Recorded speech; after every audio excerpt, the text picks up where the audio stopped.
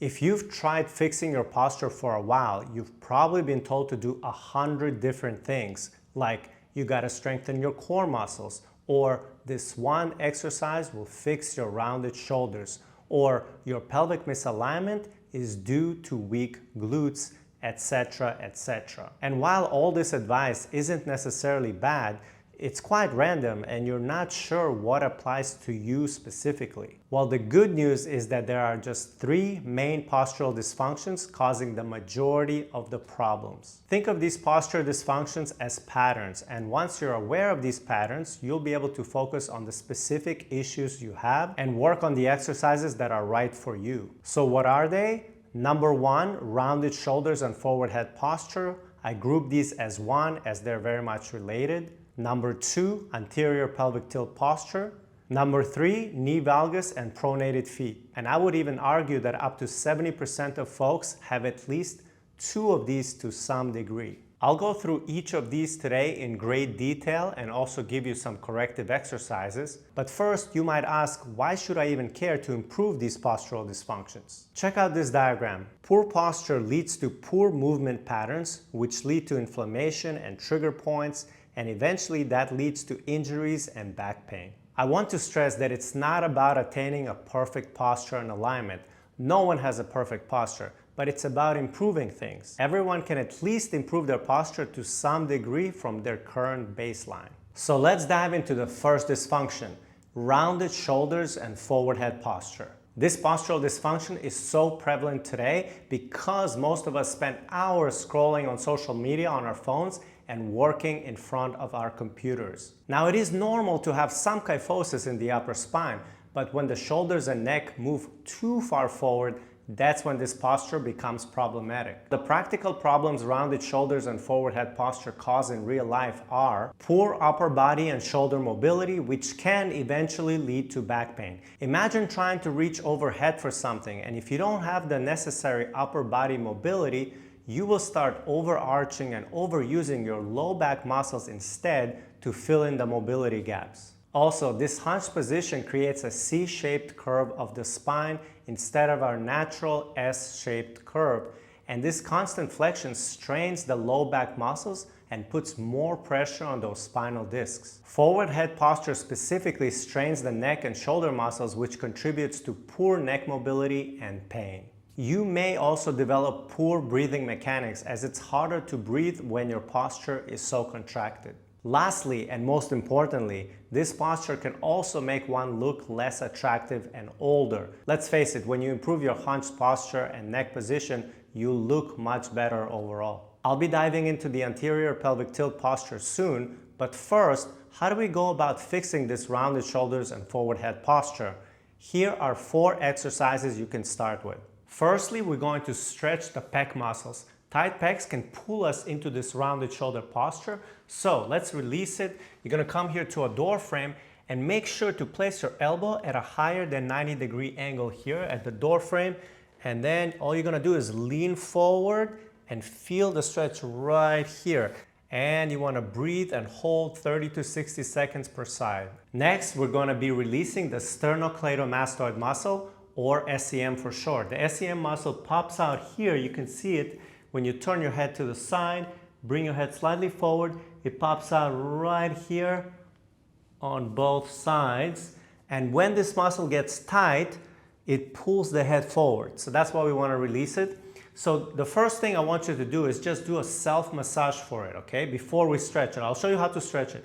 But first, I recommend you take 2 fingers like this and just run it up and down this muscle. It might get a little bit red, so don't apply too much pressure. You want to be careful here, but it does go all the way to your ear, almost behind your ear here. So you can spend some time on the upper portion and then come down on the middle portion, the bottom portion, see what feels tight and spend some time on it. Of course, do both sides. Now let's stretch the SCM. To do that, take 2 fingers, spread them apart here. Again, locate the muscle, and now you're going to pin that muscle at the base of your clavicle, and then take your other hand, place it on top of your head here, on the side slightly, and then what you're going to do is just lean back and look up at the sky, up and back on a diagonal. And you should feel the stretch right over here. And of course, do both sides. The last exercise is we're going to be strengthening the deep cervical flexor muscles so that we can get that head back into that proper alignment, okay? Now, a lot of you already know the chin tuck exercise. That's when you bring your chin back. We've done a video on it on our YouTube channel, and it's a good start, but we're gonna take it further with a band, okay? You can use a strap, elastic band, a belt, doesn't matter. Place it behind your neck here, and you're gonna do chin tucks while resisting with the band, so against the band. So tuck that chin in, relax. Tuck it in, relax.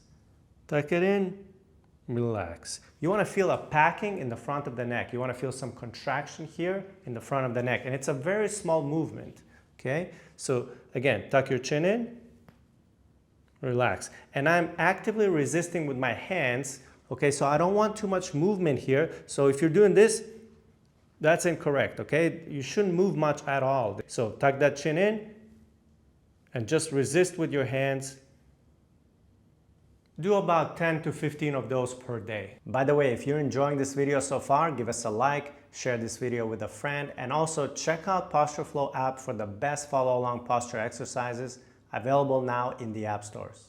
Let's move on to the second common postural dysfunction, which is the anterior pelvic tilt posture. An anterior pelvic tilt is characterized by a pelvis that tilts forward and results in an excessive low back arch accompanied with the belly protruding forward.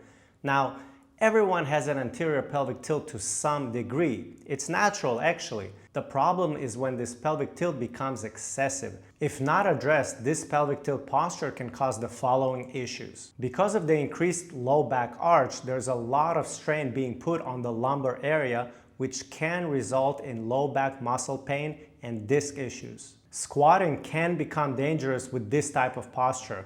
When squatting with an anterior pelvic tilt, you will most likely be using your low back muscles too much instead of your glutes and core. With this type of posture, your glutes and core may become deactivated and weak. And so when you walk or run, you may over-engage the synergistic muscles. These are the close helper muscles such as the hamstrings, calves, erectors, and so they will be overused and eventually tighten up and spasm. Anterior pelvic tilt posture can also make your forward head posture worse because essentially an anterior pelvic tilt shifts your center of gravity more forward, which can cause the head to stick out even more. As you can imagine, many of these misalignments contribute to one another. Here are 3 exercises you can start with to correct your excessive anterior pelvic tilt posture. Firstly, we want to release those hip flexors.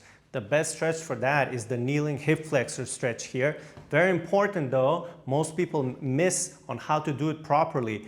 Once you get into this kneeling position, make sure to posteriorly tilt your pelvis, okay? And you want to squeeze the back glute as hard as you can. Now you should already feel a stretch here in the front, your hip flexor, and then you're going to raise the arm up and over to accentuate the stretch even more. So you should feel the stretch all the way here from your groin area, all the way up to your lumbar area. Next, we want to release the low back muscles here, the erector muscles, which get really, really tight with anterior pelvic tilt posture. The easiest way to do this is, I'm going to give you 2 variations. The first one is the easiest one. Just sit on a chair and forward fold. Just like that. And you want to sit here and just breathe. Feel like your low back is melting away. And just breathe and hold. And a more advanced version, if you have the mobility for it, is just do a deep squat here and then a forward neck fold, just like so. And just breathe and hold the position. Last exercise for this one is we want to activate our core muscles, and especially we're trying to draw in our belly button.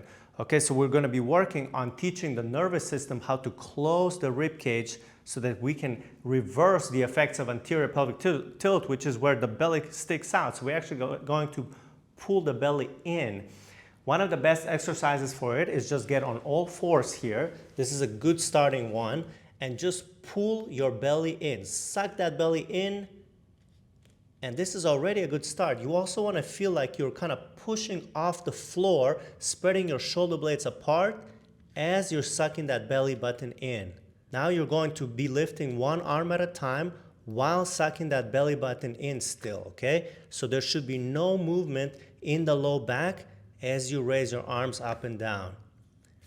You don't want to arch your low back like this. So if you bring the arm out and your back arches like that, that's wrong.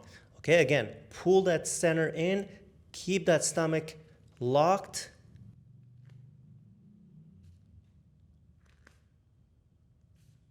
Okay, moving on to the third common postural dysfunction, which is knee valgus and pronated feet. This one is characterized by the knees and feet being internally rotated, usually together with the hips. You can assess this one by watching yourself from the front angle. Take a walk and notice if your knees, feet, and hips cave in like this. Then do a simple squat and watch your knees and feet in the mirror.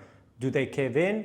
If they cave in, especially as you lower down, then you definitely need to improve this one. Some of the main issues knee valgus and pronated feet can cause include plantar fasciitis. That's when the fascia underneath the foot gets irritated and inflamed, causing foot tightness and pain. All this lower leg internal rotation can cause patellofemoral pain and general knee discomfort. It also raises the risk for developing meniscus issues and ACL injuries in the future. This dysfunction also contributes to an anterior pelvic tilt posture, as all this internal rotation can shut off the glute muscles and tighten up the hip flexors. Here are 3 exercises you can start with to correct your lower leg dysfunction. First, let's stretch the adductors here. When the adductors are tight, they're gonna pull those knees inwards. So let's stretch it with a side lunge stretch. All you're gonna do is spread your feet apart, lean to one side, keep that leg straight, and just bring your arms down for balance and hold the position. You want to feel the stretch right here, and just breathe and hold 20 to 30 seconds per side. Next, we want to activate those glute muscles to externally rotate when we squat, and especially those glute medius muscles. And for this, we're going to use a band. So just place it above your knees here, and you're just going to do squats. But as you squat down, you're going to push that band apart, okay? Teaching your nervous system how to use your hip external rotators, okay? Your glute medius and glute maximus. You can do about 10 to 15 of those. Next, let's stretch those tight calf muscles. Tight calf muscles contribute to this dysfunction as well. So we're gonna get into like a downward dog position, but then we're gonna switch weight from foot to foot. So I'll put my heel on my left now, and then on my right now. So you're holding on each side about 3 to 5 seconds before switching to the other side, releasing those calf muscles. That's it. Like and share this video with a friend, subscribe. And also I want to urge you to check out my 3-part video series that I've done here on YouTube on how to fix your posture and all the elements that go into it, not just the exercises, but the ergonomics, the psychological factors. So check it out. And if you want to work on your posture in a fun and easy way, check out Posture Flow in the app stores.